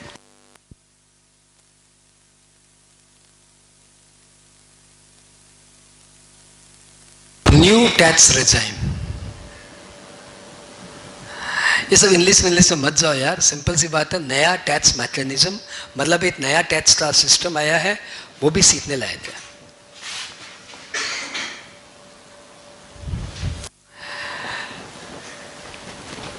ये जो नया टैक्स रेट है ना, ये इंडिविजुअल एचयूएफ पे एप्लीकेबल है। लिखना मत कुछ भी, आराम से सुनो। वीडियो वालों बच्चों से रिक्वेस्ट है, पैरेलली पेन मत चलाओ। अब तो आपको मालूम पड़ गया होगा, हम जितना पढ़ाता है सब लिखा देता है। तो एप्लीकेबल टू इंडिविजुअल एचयूएफ, यही रीजन है कि पहले मैंने इंडिविजुअल का टैक्स रेट बताया, एचयूएफ का टैक्स रेट बताया, अब मैं इसमें आया क्योंकि ये दोनों पे एप्लीकेबल है। ये सिस्टम बोल रहा है कि आप वो जो स्लैब लगाते थे उसको चेंज कर दीजिए और ये स्लैब लगाइए। बताइए क्या? तो 2.5 लाख पे नील, 2.5 लाख पे 5%, 2.5 लाख पे क्रिकेट खेल तो हाँ, एक ओवर में कितनी बॉल? पतला, एक ओवर में 6 बॉल। अच्छा ठीक है, तो 10%, फिर 2.5 लाख पे next 2.5 lakh, next 2.5 lakh, next 2.5 lakh पे 15%, नेक्स्ट 2.5 लाख पे 20%, नेक्स्ट 2.5 लाख पे 25%, नेक्स्ट 2.5 लाख, 2.5 लाख, तो नेक्स्ट 2.5 लाख का बैलेंस पे 30%।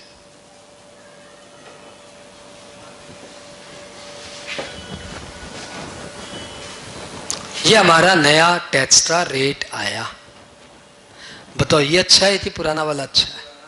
ये अच्छा है। क्या बोल रहा है? इसमें टैक्स बहुत कम लगेगा। ये बहुत अच्छा है, इसमें बहुत कम टैक्स लगेगा। देख लो तुम्हारे सामने, सपोज 40 लाख की इनकम है मेरी। ओल्ड रिजर्व में कितना टैक्स, न्यू रिजर्व में कितना टैक्स? ओल्ड रिजर्व में आपको याद है पहले 2.5 लाख पे नील, नेक्स्ट 2.5 लाख पे 5%, नेक्स्ट 5 लाख पे 20% और बैलेंस पे 30%। 10 लाख 12,500। एक बार हेल्थ एजुकेशन से सरचार्ज छोड़ते हैं क्योंकि वो तो दोनों में है। न्यू मैकेनिज्म में क्या आया? पहले 2.5 लाख पे नील, अगले 2.5 लाख पे 5% बोले तो 12,500, अगले 2.5 लाख पे 10% बोले तो 25,000, अगले 2.5 लाख पे 15% बोले तो 37,500, अगले 2.5 लाख पे 20% बोले तो 50,000।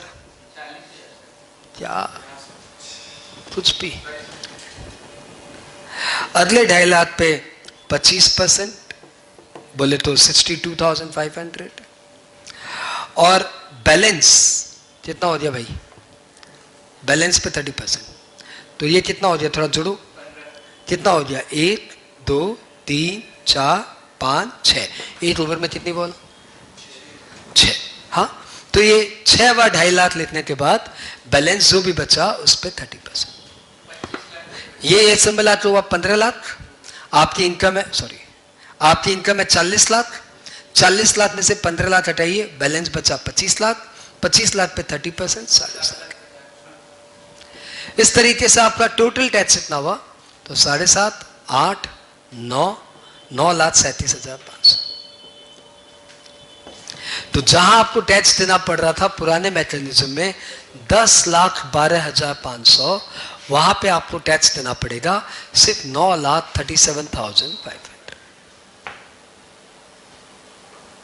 हाँ, मोदी जी के पास लोग जा रहे थे बार बार कि भैया जी टैक्स में कुछ करिए, अच्छा करिए भैया, अच्छा चाहिए, कुछ अच्छा करिए, अच्छा चाहिए हमें। तो मोदी जी ने बोला बच्चा अच्छा चाहिए? बोला हाँ। भाई अच्छा चाहिए? हाँ। लो अच्छा लो, हो गया ना अच्छा, टैक्स अच्छा मिल गया, ओके।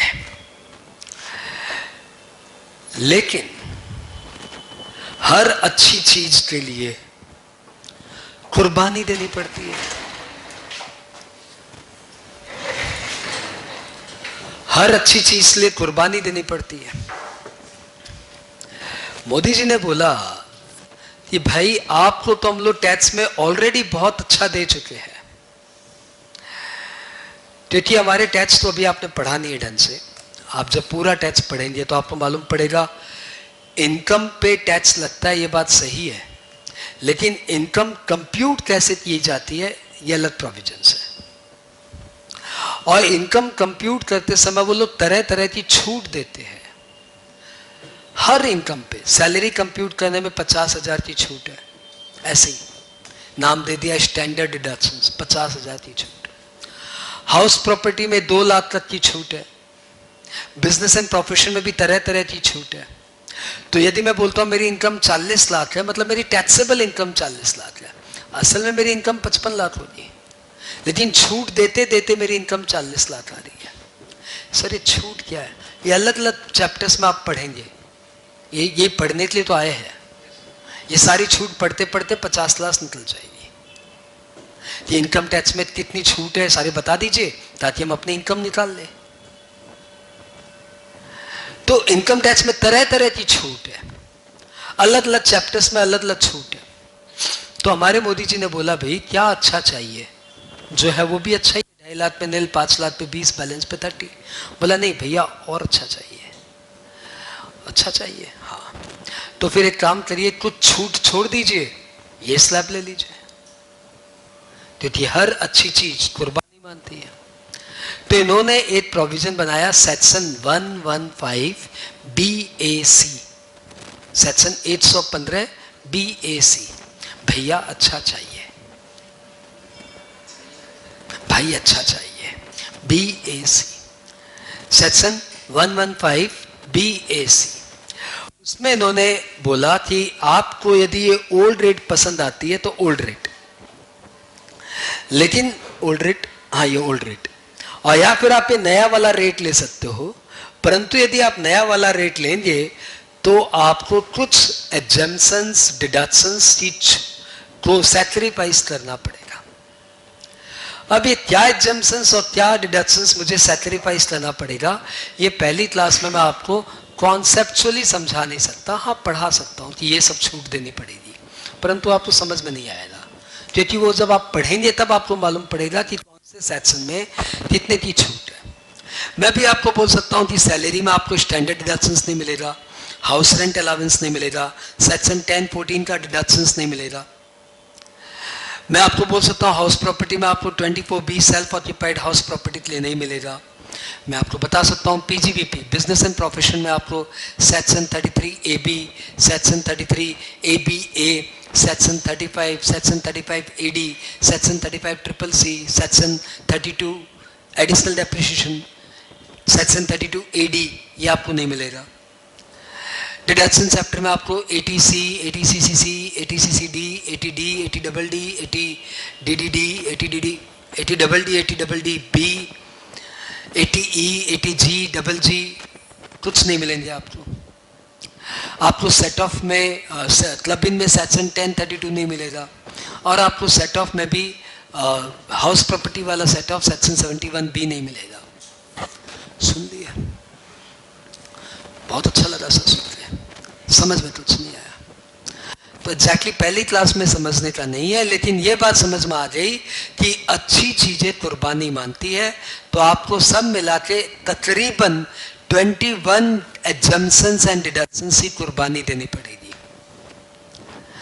वो आप एग्जम्पशंस एंड डिडक्शंस छोड़ दीजिए और ये बेनिफिट ले लीजिए। अब हर एक आदमी का बिजनेस इनकम होता ही नहीं है। ज्यादातर लोग क्या करते हैं? जॉब करते हैं। सैलरी कमाते हैं तो उनको 21 में से 14-15 तो उनके काम के नहीं है, जो बिजनेस एंड प्रोफेशन से रिलेटेड है, तो उनको तो खाली सैलरी से मतलब है। सैलरी में कौन कौन सा, तो सैलरी में 5 डिडक्शन वो आपको नहीं मिलेंगे। तो वो अपना सोच सकता है मेरे लिए क्या फायदे की चीज है, क्या नहीं फायदे की चीज है। तो ये जो ओल्ड स्कीम और न्यू स्कीम के बीच में आपको चॉइस दे दी गई है कि आपको जो लेना है आप ले लीजिए। ओल्ड प्रोविजन तो आप सारे एग्जम्पशंस लीजिए, सारे डिडक्शंस लीजिए और टैक्स दीजिए। 2.5 लाख पे नील, 5 लाख पे 20%, बैलेंस पे 30%। और यदि आप एग्जम्पशंस एंड डिडक्शंस छोड़ने के लिए तैयार है तो आपको ये अच्छी वाली टैक्स स्लैब मिलेगी जिसमें आपको टैक्स कम देना पड़ता है। 2.5 लाख पे नील, 2.5 लाख पे 5, 2.5 लाख पे 10, 2.5 लाख पे 15, 2.5 लाख पे 20, 2.5 लाख पे 25 एंड बैलेंस पे 30। तो सर सरचार्ज सेम है। ओके, थोड़ा थोड़ा समझ में आया, न्यू टैक्स रिजाइम का एलिमेंट्री आइडिया समझ में आ गया। कंप्लीट तो आपको पूरी क्लास करने के बाद, 50 क्लास करने के बाद कंप्लीट नॉलेज होगा। ओके, एक और इस नया रिजाइम में अंतर है। ये जो नया रिजाइम है ना, ये नया टैक्स रेट, इसमें सीनियर सिटीजन के लिए कोई स्पेशल कंसेशन नहीं है। इसमें वेरी सीनियर सिटीजन के लिए भी कोई भी स्पेशल कंसेशन नहीं है। क्यों दूं कंसेशन? एग्जम्पशंस, डिडक्शंस, कंसेशन हटा के ही तो आपको नया रेट दिया है। यह बात समझ में आ गया? जैसे सीनियर सिटीजन को वहां पे रिलैक्सेशन मिलता था, वो रिलैक्सेशन यहां पे नहीं है। यहां पे एक फ्लैट टैक्स रेट है, ये वाला, बस सबके लिए। आप चाहे इंडिविजुअल हो, चाहे आप एचयूएफ हो, चाहे आप सीनियर सिटीजन हो, चाहे आप वेरी सीनियर सिटीजन हो, सबके लिए एक जैसा। हाँ,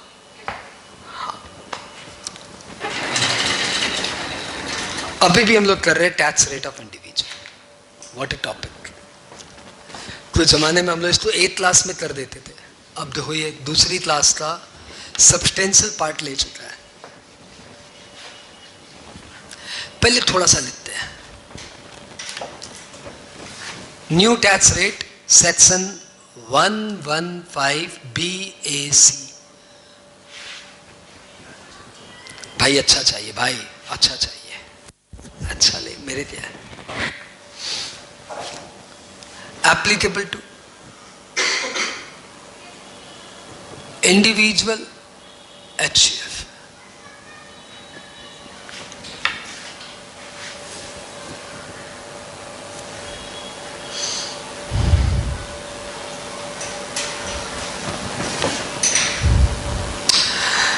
कंडीशन,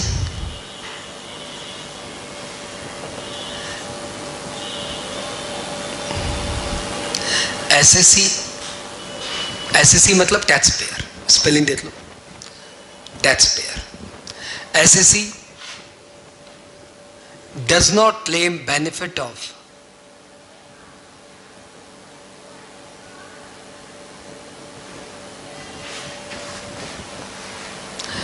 अब वो चाहो तो सेक्शन का नाम लिख लो, मतलब तो नहीं है। Several exemptions, deductions, concessions. Refer MAT. MAT में आपके करीबन 25 एक पॉइंट है, इसको लेके 2 पेज का रेफर मैट। ठीक है, वो भी आपको समझ में भी नहीं आएगा तो अभी क्या बोल के फायदा। टैक्स रेट,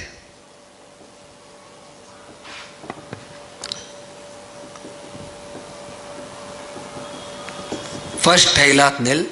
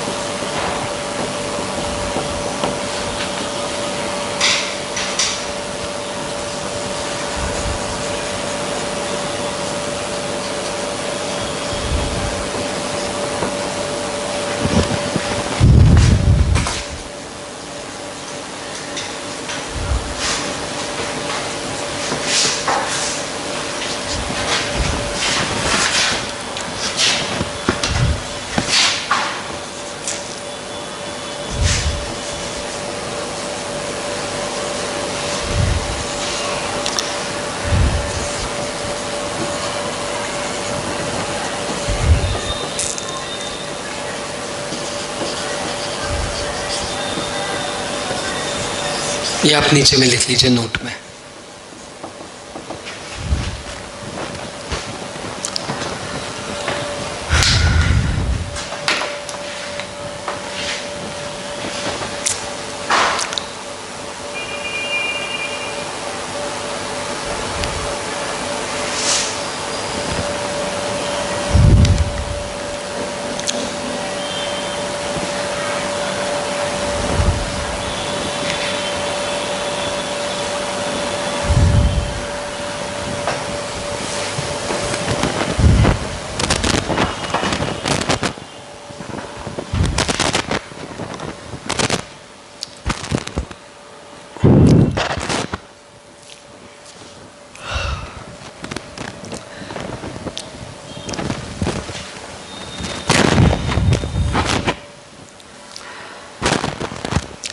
कौन कौन से कंसेशंस एंड डिडक्शंस छोड़ने हैं उसको एक बार अपने मैट से देख लेते हैं। तो आप अपने अपने मैट ऑन करिए।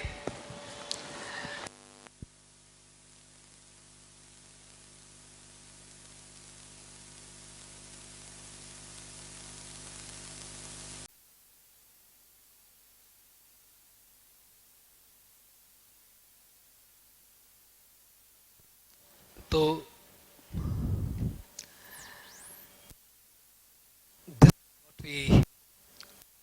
what we have done, ये है देखो section 115 BAC।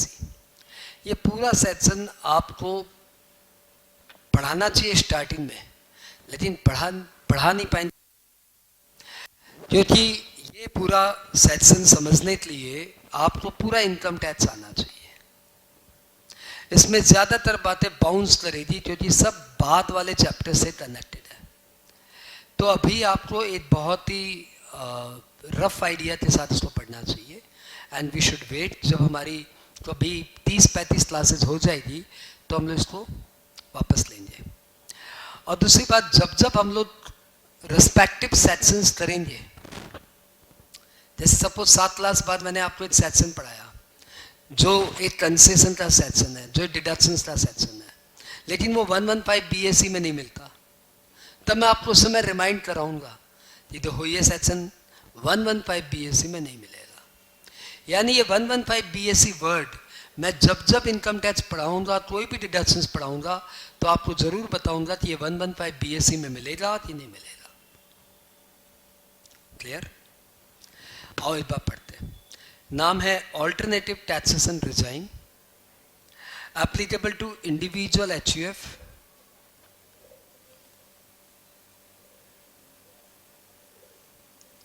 Applicable to HUF। आप अंडरलाइन कर लिए, खैर अंडरलाइन जाती है, बस हो गया।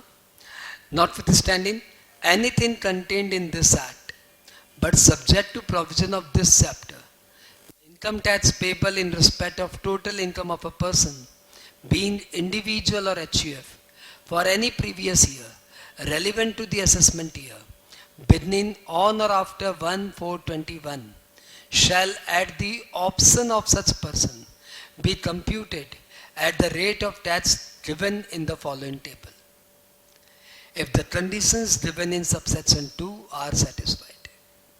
ये टेबल अपने को याद है। Normal tax rate shall be applicable if conditions are not fulfilled. यानी जो कंडीशंस है जो भी अपने पढ़ेंगे, वो कंडीशंस यदि आप फुलफिल कर दिए तो न्यू रिजाइम, और आप फुलफिल नहीं किए तो ओल्ड रिजाइम। फिर बोला हुआ है रॉन्ग क्लेम, तो नेक्स्ट हेडर पढ़िए, wrong claim without fulfilling the conditions. यदि आपने कंडीशंस फुलफिल नहीं किया लेकिन फिर भी ये नया वाला रेट इनकम टैक्स में रिटर्न भर दिए और बोले मैं तो न्यू रेट के लिए एलिजिबल हूं, तो न कि सिर्फ उस ईयर, आप किसी भी फिनेंशियल ईयर में फिर ये न्यू रेजाइम क्लेम नहीं कर पाएंगे। एक बार पढ़ लीजिए language. Where the option is exercise, I hope आप लोग साथ में यहां पे, where the option is exercised under section 115 BBC in the event of failure to satisfy the conditions contained in subsection 2, it shall become invalid for subsequent assessment years. Forever. फिर आप हमेशा उसी में रहेंगे, 2.5 लाख पे निल, 2.5 लाख पे 5%, 5 लाख पे 20, सीधा उसी में आ जाएंगे आप। चलो अच्छी बात। क्या कंडीशंस फुलफिल करनी है सर, ये बताइए। तो भाई कुछ नहीं है, आपको अपनी टोटल इनकम कंप्यूट करनी है without claiming following assumptions and deductions. Total income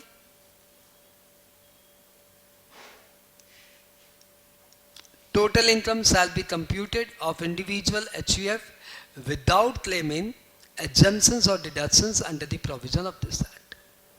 तो कौन कौन से नाम सुन लो भले। लीव ट्रेवल कंसेशन, ये आप सैलरी चैप्टर में पढ़ेंगे। 1013A हाउस रेंट अलावेंस, ये भी आप सैलरी चैप्टर में पढ़ेंगे। 1014 कई सारे डिडक्शंस हैं, children education allowance, children hostel allowance, uniform allowance, professional development allowance, etcetera etcetera.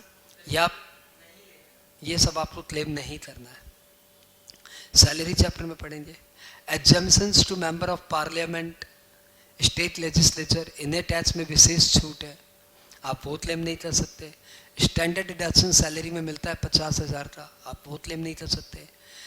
1032 में क्लबिंग ऑफ इनकम में एक छोटी सी छूट है, वो आप क्लेम नहीं कर सकते। सेज में जो ऑपरेट करते हैं, स्पेशल इकोनॉमिक जोन में जो ऑपरेट करते हैं, उन्हें सेक्शन 10AA में छूट है, वो आप क्लेम नहीं कर सकते। इरिटेट मत, तो आपको समझ में नहीं आ रहा मुझे पता है, परंतु सुनो तो सही कम से कम। 24B income from house property आप क्लेम नहीं कर सकते। 32(1) subsection 1 clause 2A additional depreciation claim नहीं कर सकते, and so on so on so on. आप देख लो PGBP में बहुत सारे सेक्शन है जो आप क्लेम नहीं कर सकते। IFOS मतलब इनकम फ्रॉम अदर सोर्सेज, ये भी एक चैप्टर है, उसमें भी एक छोटी सी छूट है, वो आप क्लेम नहीं कर सकते। डिडक्शंस मोटा मोटी आप कुछ भी क्लेम नहीं कर सकते।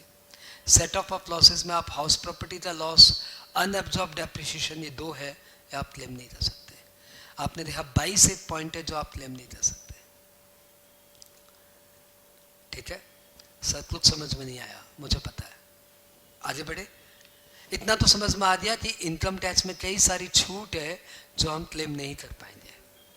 ओके, अब आपने बताया कि ये जो बेनिफिट है ये ऑप्शनल है, ये ऑप्शनल है, मतलब मैं ऑप्शन में या तो मैं 1 क्लेम करूं या 2 क्लेम करूं। तो एक सिंपल सा क्वेश्चन आता है, क्या मैं ये ऑप्शन बार बार चेंज कर सकता हूं? जैसे इस साल मैंने बोला मुझे ओल्ड रिजाइम चाहिए, अगले साल बोल रहा हूँ मुझे न्यू रिजाइम चाहिए, उसके अगले साल फिर से बोला मुझे ओल्ड रिजाइम चाहिए, फिर 2 साल बाद बोला नहीं मुझे न्यू रिजाइम दे दीजिए। तो can I change from year to year? And answer is yes. आप हर साल के बिगनिंग में बता देना कि आपको कौन से रिजाइम में चाहिए, आप वो रिजाइम से क्लेम कर लेना। रिटर्न भरने की जो ड्यू डेट है उसके पहले पहले आपको बता देना है कि आपको ओल्ड रिजाइम चाहिए कि न्यू रिजाइम चाहिए। रिटर्न भरने की ड्यू डेट के पहले पहले डिपार्टमेंट इनकम टैक्स बताना, मतलब अलग से कोई इंफॉर्मेशन नहीं देनी भाई, सिंपल है। देख क्या होता है रिटर्न भरना, ये वर्ड समझ तो, ये हम लोग जो इनकम टैक्स कितना देना है ये हम लोग खुद ही बताएंगे डिपार्टमेंट को। मेरी इनकम कितनी है ये डिपार्टमेंट आके तो पूछेगा नहीं, है ना, भगवान करे कभी ना आके पूछे, मैं खुद ही बता दूंगा सर मेरी इनकम कितनी है ना। तो मैं अपनी इनकम कैसे बताता हूँ डिपार्टमेंट को? तो मैं एक स्टेटमेंट भरता हूँ कि मेरी इतनी इतनी इनकम है, उस स्टेटमेंट को बोलते हैं रिटर्न ऑफ इनकम। बात क्लियर? ये रिटर्न ऑफ इनकम भरने की एक तारीख तय होगी ऑब्वियसली, उसको बोलते हैं due date of return of income. उस ड्यू डेट के पहले आप रिटर्न भर देना, आप ऑब्वियसली रिटर्न में अपने आप ही क्लेम करेंगे कि आप कौन सा वाला टैक्स रेट लगाए हो गई इंफॉर्मेशन। अलग से कोई चिट्ठी थोड़ी देनी है, सर जी मैं सोच रहा हूँ इस साल न्यू रिजाइम ले लूँ, आप क्या बोलते हो? ऐसे थोड़ी होगा। आप अपना रिटर्न भर देना, ओल्ड रिजाइम लेके या न्यू रिजाइम लेके, बस बात खत्म। वो इंफॉर्मेशन हो गया, वही रिटर्न हो गया। तो मेन मुद्दा यह आ रहा था कि क्या मैं ऑप्शन चेंज कर सकता हूं क्या year to year? Can I change the option from year to year? तो भैया इसमें दो बात हो गई कि आप बिजनेस करते हो कि नहीं करते हो। दो बातें हैं, दो बातें हैं भाई। आप बिजनेस करते हो या नहीं करते हो? यदि आप बिजनेस करते हो, देखो, पर्सन हैविंग बिजनेस इनकम और person not having business income. यदि person not having business income, तब तो आप ऑप्शन चेंज कर सकते हो year to year, can be change, जब चाहे चेंज करो। लेकिन यदि आप बिजनेस एंड प्रोफेशन करते हो, ये नहीं करने वालों के लिए था, यदि आप बिजनेस एंड प्रोफेशन करते हो तो आप ये ऑप्शन सिर्फ once in a life change कर सकते हो। इस साल तो आपको बताना पड़ेगा ओल्ड या न्यू। ये तो पहली साल आया ना, तो सपोज मैंने पहले साल बोला कि यार नया लेते हैं, नया वाला, तो हमने नया ले लिया। अब जीवन भर आपका नया ही लगेगा, बस आप लाइफ में सिर्फ एक बार चेंज कर सकते हो। अब सपोज मैंने 3 साल बाद रियलाइज किया कि गलती हो गई, ओल्ड रेट ही अच्छा था, और मैंने 3 साल बाद मुझे एक बार टर्न करने का मौका है, 2 साल बाद मुझे, 3 साल बाद, 4 साल बाद, 5 साल बाद, कभी भी लाइफ में एक बार मुझे टर्न करने का मौका है, एक बार यू टर्न ले सकता हूँ। नहीं सर, न्यू रेट नहीं, ओल्ड रेट ही सही है, बस। अब आप लाइफ में फिर कभी चेंज नहीं कर सकते। तो कोई बंदा नया नया जोश खा के इस साल बोल दिया मुझे नया रेट पसंद है, ले लीजिए। फिर आपको रियलाइज हो किया बहुत बड़ी गलती हो गई, नहीं नहीं, मुझे तो एग्जम्पशंस डिडक्शंस लेना चाहिए था, न्यू रेट नहीं लेनी चाहिए थी। ठीक है, एक बार आपके पास अभी भी मौका है, एक बार आपने क्लेम कर लिया, यस, अब आपके पास हमेशा वही चलेगा जो आपने सेकेंड टाइम ऑप्ट कर लिया। तो बात क्लियर? बिजनेस वालों को एक बार ऑप्शन चेंज करने का मौका है और नॉन बिजनेस वालों को बार बार ऑप्शन चेंज करने का मौका है। याद रहेगा ये बात? ओके, ये सारी बातें यहाँ पे दी हुई है, हमने इसमें से कुछ भी नहीं लिखा है। हमने एक कॉपी में सिर्फ न्यू रेट लिख दिया है और बोल दिया रेफर मैट। ये इतना इंपॉर्टेंट है कि एग्जाम में आएगा ही आएगा, और इसका एक एक वर्ड हमें पढ़ना पड़ेगा, तो इट इज बेटर कि हम लोग मैट को रेफर कर लें। आगे बढ़े। Rebate we have done, rounding off we have done. आप देख लो एग्जाम्पल के साथ आपके मैट में दिया हुआ है। मैं लास्ट क्लास मैट की बहुत तारीफ कर रहा था, इट डिजर्व्स। इलस्ट्रेशन देखिए, अब आप इसे बना सकते हो। Compute tax if income of mister X aged 26 years 7 lakh. दो केस बनाया गया है, he is claiming exemptions and deductions, he is not claiming exemptions and deductions. यदि वो एग्जम्पशंस एंड डिडक्शंस क्लेम कर रहा है तो फिर ओल्ड रेट, और यदि वो एग्जम्पशंस एंड डिडक्शंस क्लेम नहीं कर रहा है तो न्यू रेट। तो देखिए केस 1 में हमने ओल्ड रेट से सम सॉल्व किया और केस 2 में हमने न्यू रेट से सम सॉल्व किया। हाँ, आप घर पे पहले सम को ट्राई करना, फिर आंसर मैच करना। फिर सम सेम आया, वापस से repeat. Compute tax if income of missus X aged 26 years it's 3 lakh. तो भैया 3 लाख वालों को तो इंडिया में कोई टैक्स नहीं देना, क्योंकि उन्हें रिबेट मिल जाता है, तो रिबेट के कारण उनका टैक्स आ गया 0। Compute tax if income of missus X resident in India aged 60 years is 115 lakh. तो सीनियर सिटीजन हो गई, 60 साल होते ही सीनियर सिटीजन। 115 लाख है तो 15% सरचार्ज लगेगा। दोनों केस से बनाना है केस 1। अरे ही कहाँ से आ गया, ये तो सी आना चाहिए, टाइपिंग मिस्टेक। तो यहाँ पे आपने सी कर लिया, सी हो गया भाई। हाँ, तो she is not claiming exemptions and deductions. तो केस 1 में हमने ओल्ड रेट लगाया, जो 3 लाख करके किया। केस 1 मतलब क्या है? Old mechanism. ओल्ड मैकेनिज्म में सीनियर सिटीजन की रिस्पेक्ट है, और न्यू मैकेनिज्म में जाती तो हमने क्या कर दिया, 2.5 लाख पे, क्योंकि सीनियर सिटीजन का यहाँ पे कोई अलग से प्रोविजन नहीं है। सरचार्ज दोनों में लगा है 15%। तो ये सम भी आप घर पे ट्राई करना। तो 2 सम आपको अपने स्टडी मैट से घर पे ट्राई करना है, सम नंबर 1, सम नंबर 3, ठीक है। और बात ही पढ़ने की कोशिश मत करो, क्योंकि बात या तो क्लास में किया हुआ है और या फिर अभी समझ में नहीं आएगा, ठीक है। अभी हम लोग आगे बढ़ रहे हैं। टैक्स रेट ऑफ इंडिविजुअल हो गया, टैक्स रेट ऑफ एचयूएफ हो गया, ओल्ड हो गया, न्यू हो गया, आगे बढ़ते हैं। अभी आगे बढ़ते हैं।